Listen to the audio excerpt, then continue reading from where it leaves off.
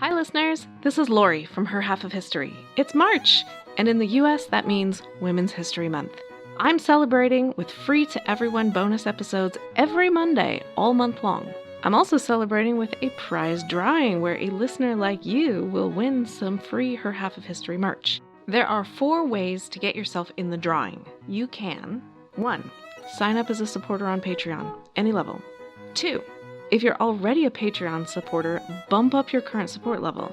This is cool anyway because if you go all the way to the Her Highness level of support, you get ad-free episodes and bonus episodes all in the same feed on your favorite app. 3. Make a one-time donation.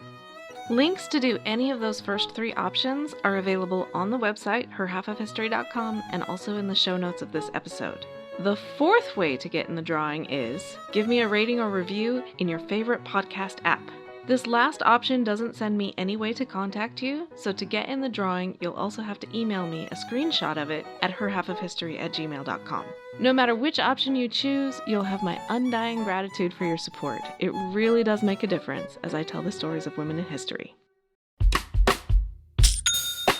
When you think about businesses that are selling through the roof, like Skims or Allbirds, sure, you think about a great product, a cool brand, and great marketing.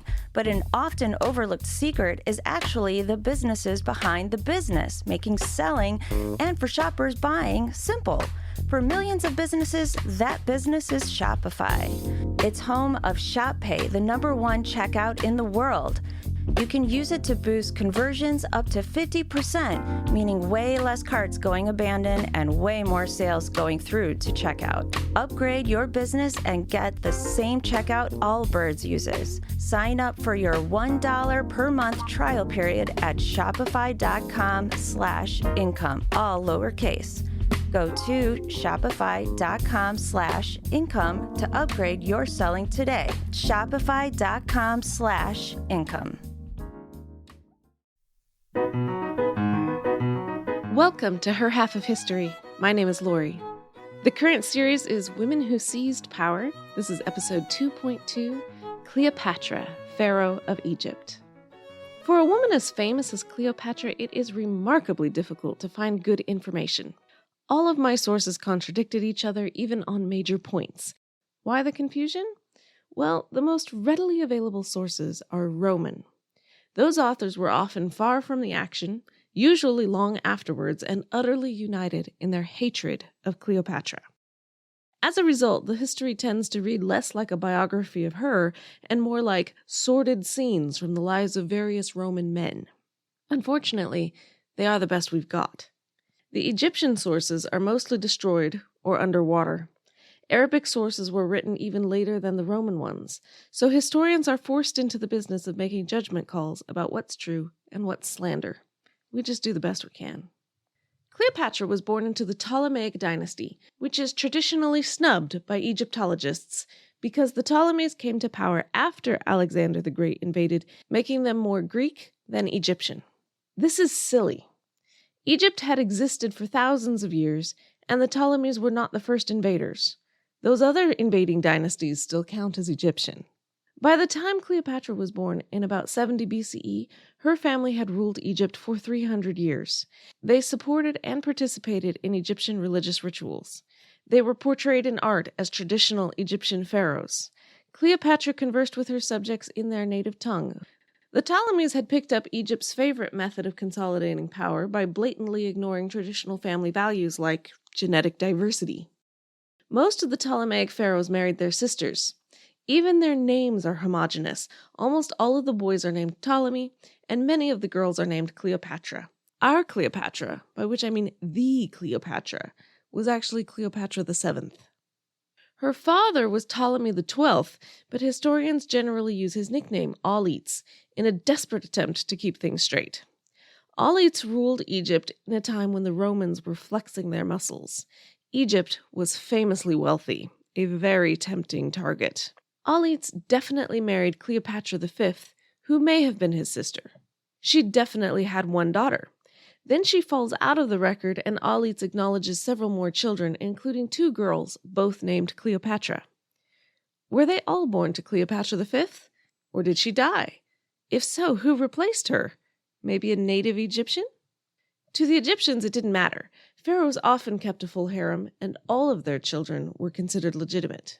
To us, Cleopatra's mother matters. Our own recent history makes us want to know whether Cleopatra was perhaps a powerful woman of color, unfairly maligned by the white men who wrote the histories. She was certainly most of that, but we just don't know about the woman of color part. The ancient Mediterranean world was a multi-ethnic one. Romans disliked and distrusted foreigners, but that wasn't about skin color. Southern Egyptians felt like the true Egyptians, while northern Egyptians were ever so much more sophisticated than their country cousins to the south. But that was also not about skin color. In 3,000 years, Egypt had absorbed groups from every direction, leading to a hodgepodge of skin tones and hair textures living side by side. Being Egyptian was about birthplace, culture, and religion. So even if Cleopatra's mother was a native Egyptian, it tells us nothing about her race. None of her contemporaries considered her skin color important enough to write it down.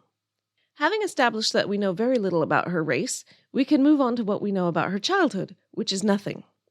The Ptolemies had nothing against educating and promoting women, so we assume she got a good education. In fact, the Ptolemies had an unusual tradition of equal co-rulers, with both a man and a woman leading the country.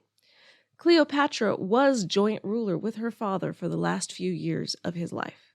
But the first real evidence we have of our Cleopatra doing things independently comes after Auletes' natural death in 51 BCE. In his will, he followed the Ptolemaic tradition and named her and her younger brother Ptolemy XIII as co-rulers, with the good citizens of Rome as guardians and protectors of his line. Now, this is hardly a power grab. She inherited, legitimately, according to the rules of her country. Well, she inherited half the power. But as you will see, half isn't going to cut it for Cleopatra.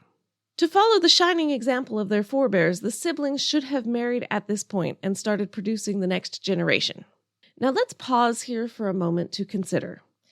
Getting married against your will is completely normal when you are a princess, but usually that means getting shipped off to marry a stranger who is anywhere from 1 to 51 years older than you, which is flatly terrifying. It usually does not mean marrying your snot-nosed, attention-stealing, tattletale little brother who is 10 years old. I mean, ew. Cleopatra, age 18, handled it by simply ruling alone.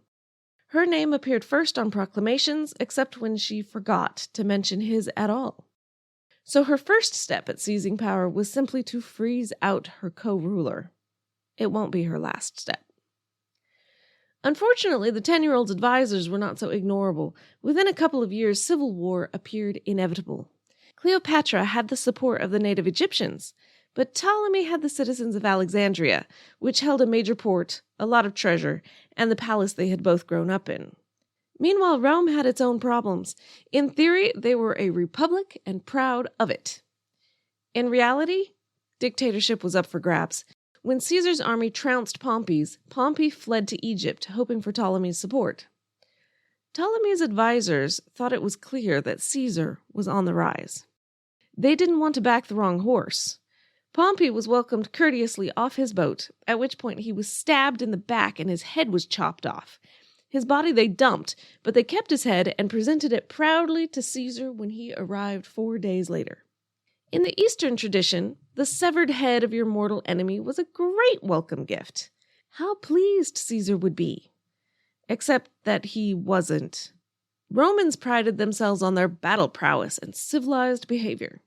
To stab an honorable enemy in the back was shameful. For a barbarian Easterner to murder a Roman citizen was insulting. And presenting his head on a platter? Ew again.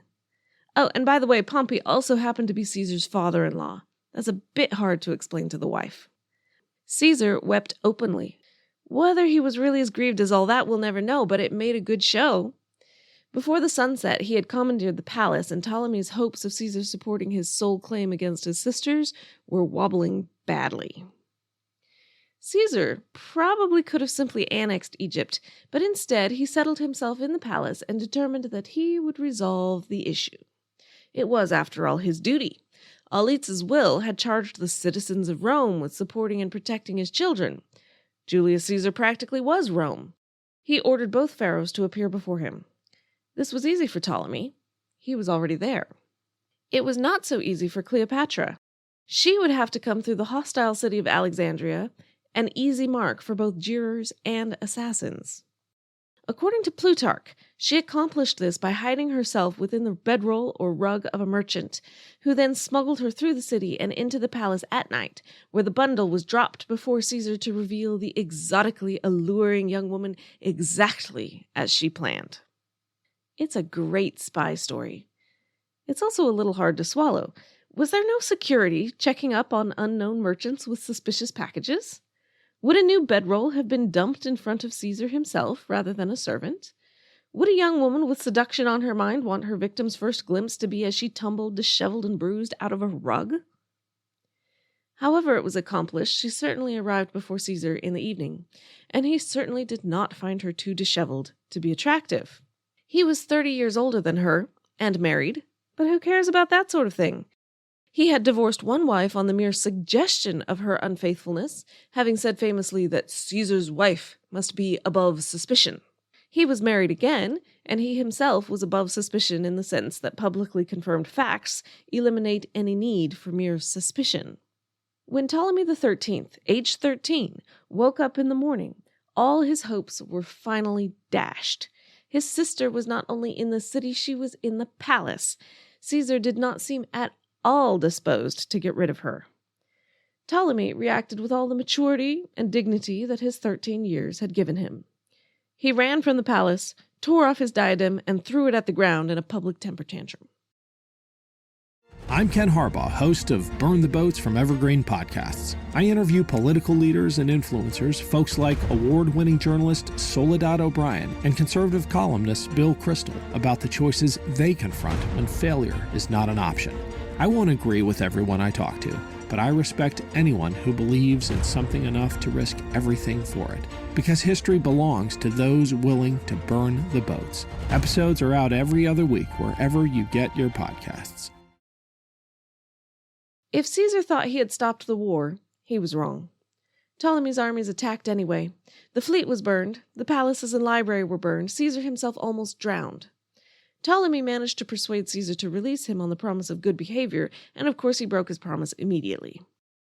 Cleopatra seems to have remained silent and inactive, at least according to the Roman sources, right up until the point that Ptolemy got himself drowned crossing the Nile, and that was the end of that. Caesar reinstated Cleopatra, which has sometimes been used to further suggest that Cleopatra really didn't do anything and it was all down to Caesar, which is a bit unfair when you consider that she was actively leading one side of a civil war when he arrived. She made a valuable alliance, that's all. Either way, Cleopatra was back, with her even younger brother at her side, named, you guessed it, Ptolemy XIV. One source states that Cleopatra did definitely marry this brother, lucky him. So her second step to seizing power was to fight off her first co-ruler and then install an even more ineffective second co-ruler. Caesar could have dusted off his hands for a job well done and headed back out to Rome or further conquest, but he didn't. He hung around with Cleopatra. They took a pleasure cruise up the Nile through crocodile-infested waters. Cleopatra gave birth to a son who was named, wait for it, Ptolemy. Ptolemy Caesar, in this case, which is just a little hint that the prepubescent Ptolemy XIV might not have been the father. Neither Caesar nor Cleopatra recorded his paternity officially. Cleopatra didn't need to. Her acknowledgement was all her son needed to be accepted by Egyptians. For Caesar, life was more complicated. Romans wanted legitimate kids, and they didn't believe in polygamy, and even if they had, it was illegal to marry a foreigner. This whole Cleopatra fling was an embarrassment. Why hadn't he just annexed Egypt? How could their great and glorious leader have lost his head over a woman, especially a debauched, despotic, corrupt, conniving seductress? Didn't he see that she was making a fool of him? In the summer of 47 BCE, Caesar left Egypt to go on a few more campaigns, which he won, of course, and by the following year he was settled back in Italy. Shortly thereafter, Cleopatra, her younger brother, and her son arrived and moved into Caesar's own estate. Roman society was both appalled and fascinated. It was rumored that Caesar was planning to change the laws so that he could marry Cleopatra and acknowledge her son with his oh-so-unsubtle name. Whether Caesar planned that or not, it never materialized. He was betrayed, stabbed, and killed. His will made no mention of Cleopatra or her family. But then again, it couldn't have. It was illegal to leave bequests to foreigners. We have no record of how Cleopatra felt about his death. There are hints that she may have been pregnant again at the time, but if so, she lost that baby. A double tragedy for her in a very short time frame. If she had planned on becoming Empress of Rome, there was no hope for it now. But she was still Pharaoh of Egypt, and in 44 BCE she was back in her own country. Within months, Ptolemy XIV was dead. While there is no absolute evidence, it was generally assumed, both then and now, that she followed her family's traditions and had him poisoned. He was getting to the age where he might have been troublesome, and she didn't need him as a co-ruler anymore. She had a son to be her co-ruler. Also, by emphasizing her identity as a mother, she could step into the semi-divine role as the living Isis, a powerful image to both her Greek and Roman subjects, from pharaoh to goddess. So her final and most complete method of power-grabbing was assassination. Cleopatra ruled alone and competently for 3 years. Her position was secure, and Egypt was at peace. Rome was in shambles. Caesar's death had brought not stability, but a blame game. Naturally, all sides wanted Egypt's support. After some hesitation, Cleopatra came out in favor of those seeking to punish Caesar's murderers. She and her fleet set up to join them in Greece, but a combination of bad weather, seasickness, and possibly a desire to delay truly committing herself sent them fumbling their way back to Alexandria. Brutus and Cassius were defeated anyway, and that left Octavian, Caesar's adopted heir, and Mark Antony, Caesar's longtime friend, both poised for total control. Octavian was young, sickly, and widely accused of cowardice. Mark Antony was older, healthier, more popular, and firmly in control of the Eastern Empire. Who would you have backed? Cleopatra needed a powerful Roman to protect her claims to Egypt. Mark Antony needed money to pay his troops. It was a match made in heaven. Mark Antony summoned Cleopatra to meet him in Tarsus. It is very likely that she knew Mark Antony already, and she may have known how best to handle him. She set sail as the living embodiment of Isis in a gilded ship with silver plate oars and a sail of purple silk. Musicians played on the deck. Incense wafted through the air. Cleopatra lounged under a gold-spangled canopy. Her attendants were small boys dressed as cupids. The good people of Tarsus came down to the harbor to gawk. Mark Antony sat up in the center of town waiting for her to arrive. More people went down to the harbor to gawk. He sent her an invitation to come up to dinner. She countered with an invitation for him to come down to dinner. Finally, he could not sit around waiting for her any longer while his attendants slipped down to the harbor. He went to her. As the Roman sources tell it, Mark Antony was a simple, good-hearted country boy, the type who just couldn't be expected to control himself in the presence of an experienced, duplicitous temptress like Cleopatra. He immediately, and I'm quoting here, joined Cleopatra and the Egyptians in general in their life of luxurious ease until he was entirely demoralized. Well, maybe, but this simple, good-hearted country boy was also bent on dominating the Roman Empire, and he needed her money. Perhaps he was just hard-headed and ambitious, and also not averse to feasting, drinking, and more sensual pleasures, which, according to the Roman accounts, filled 100% of their time together. When Cleopatra returned to Egypt, Antony followed her. They enjoyed a winter together. 9 months later, Cleopatra gave birth to twins, a boy and a girl. Antony had already left Egypt by the time of their birth. They did not see each other again for 3.5 years, so either he wasn't as lovesick as all that, or he was busy. The Parthians were attacking, several of Rome's client kings had defected, and Octavian was eroding Antony's support in Rome. Meanwhile, Cleopatra presided over her own country, and it was doing very well. By 36 BCE, Octavian was beginning to get the upper hand. Antony needed money again. When he and Cleopatra met again, he gave her Cyprus, Crete, Libya, Phoenicia, etc., etc., etc. Cleopatra was now the wealthiest monarch in the Western world. Antony also acknowledged his twins, who were grandly named Alexander Helios, the sun, and Cleopatra Selene, the moon. 9 months later, Cleopatra bore another son. Romans were appalled at yet another moral lapse, but Antony got what he wanted.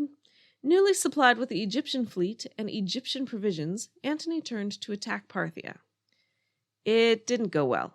He lost a huge number of men and was forced to retreat. Once again, Cleopatra was called on for help, and once again they both recuperated in Alexandria.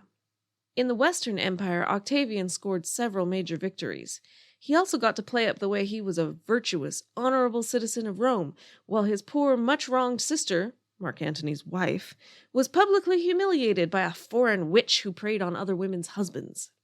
Rumors of Cleopatra's unnatural relationships with everyone from close relatives to neighboring kings to slaves to otherwise upstanding Roman citizens made the rounds, growing bigger with every telling. It is impossible to know for sure, but we have no evidence that she ever had a relationship with anyone beyond Caesar and after his death Mark Antony. Certainly the two of them can account for all her known children. The propaganda war was in full swing. Roman citizens were told that Cleopatra made Mark Antony rub her feet like a slave. She had convinced him to abandon Rome and make Alexandria the capital of the empire. He was so under her power that she was going to use him to rule Rome herself. Mark Antony was not above the mudslinging either.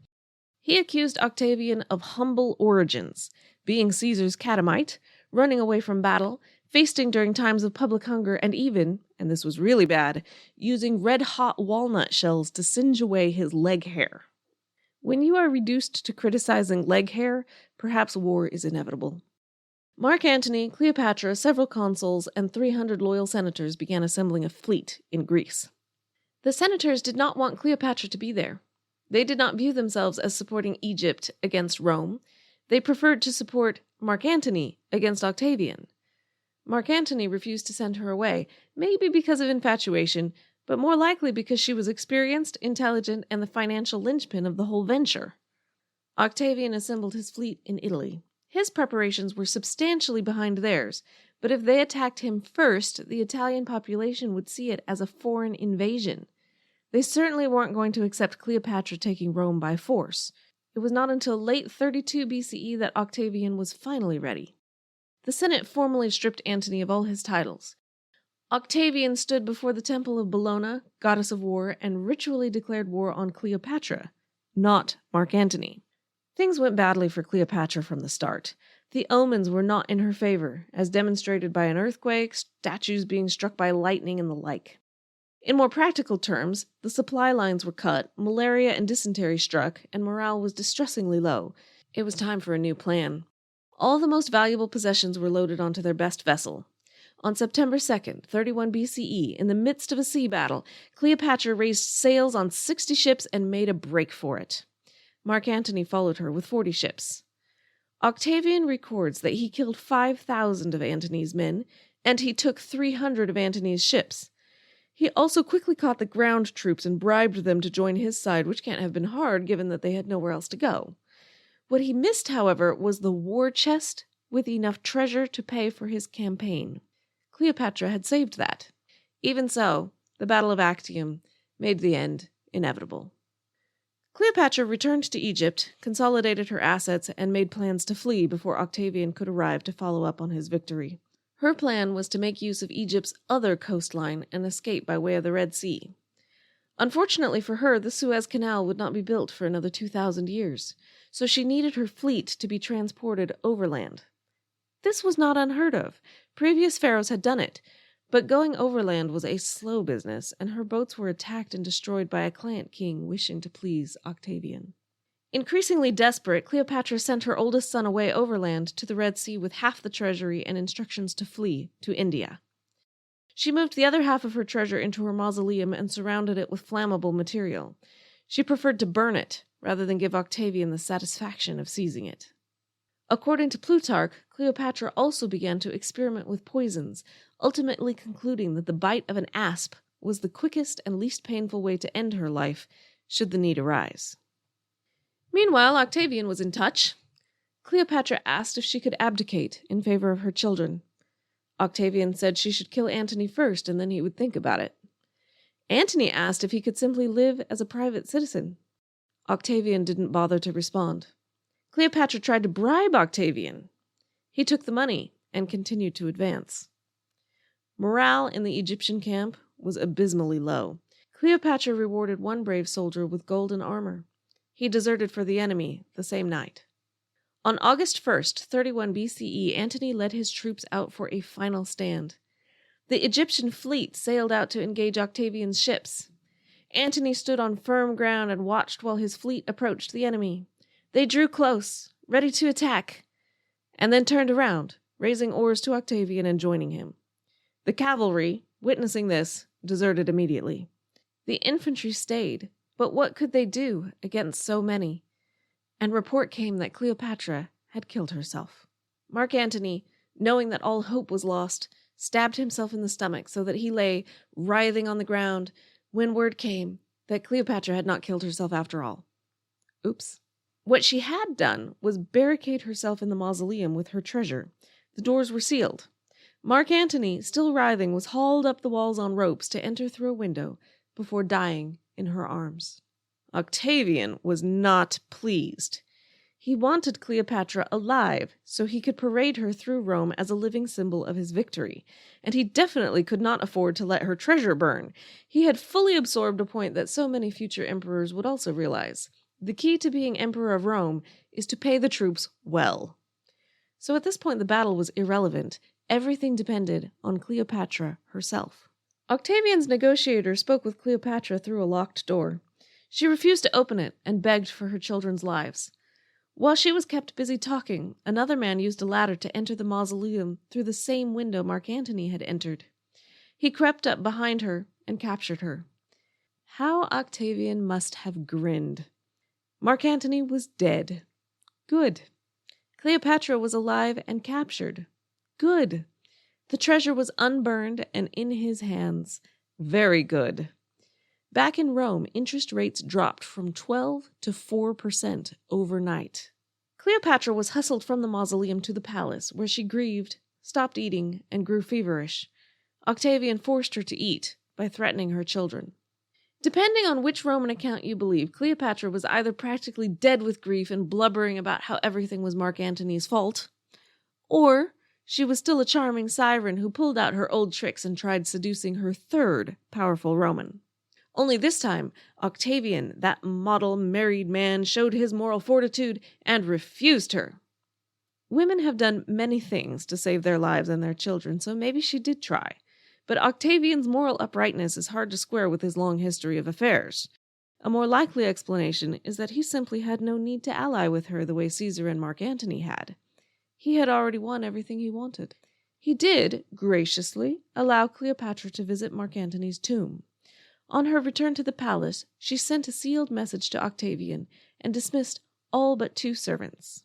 In the message, she asked to be buried with Mark Antony. Octavian correctly interpreted it as a suicide note, but he was too late. When guards arrived, Cleopatra was already dead, and her servants were nearly so. The image of Cleopatra dying from the bite of an asp on her breast is so famous that it may come as some surprise to learn that her death is an unsolved mystery. The room was sealed. The only wounds were a couple of pinpricks on her arm. If it was an asp, where did the snake come from, and where did it go? The Egyptian cobra, the most likely species, is over 6 feet long. Quite a thing to smuggle in safely. How did she convince it to bite her, and not only her, but also her 2 servants? Even if it did bite them all, a single snake doesn't have enough poison to kill 3 adults. At least one historian has come to the conclusion that there never was a snake. Maybe she just used poison. Easier to smuggle and far more certain to cause death. However, she was dead. 3,000 years of history ended as Octavian annexed the Egyptian Empire on August 31st, 30 BCE. There is no denying the level of importance he attributed to Cleopatra. The month of July had been named to honor the birthday of Julius Caesar. The month of August was named for Octavian, who took the name Augustus. But he wasn't born in August. It was, rather, the month that he defeated Cleopatra, the last pharaoh of Egypt. One of many sources for this episode was Joyce Tildesley's Cleopatra, Last Queen of Egypt. You can find a link on the website, herhalfofhistory.com. As always, many thanks to those of you who have liked, shared, followed me on Facebook or Twitter, reviewed, and the like. I really appreciate it. And I hope that you will tune in next week when I move off to the Empire of China. Thanks.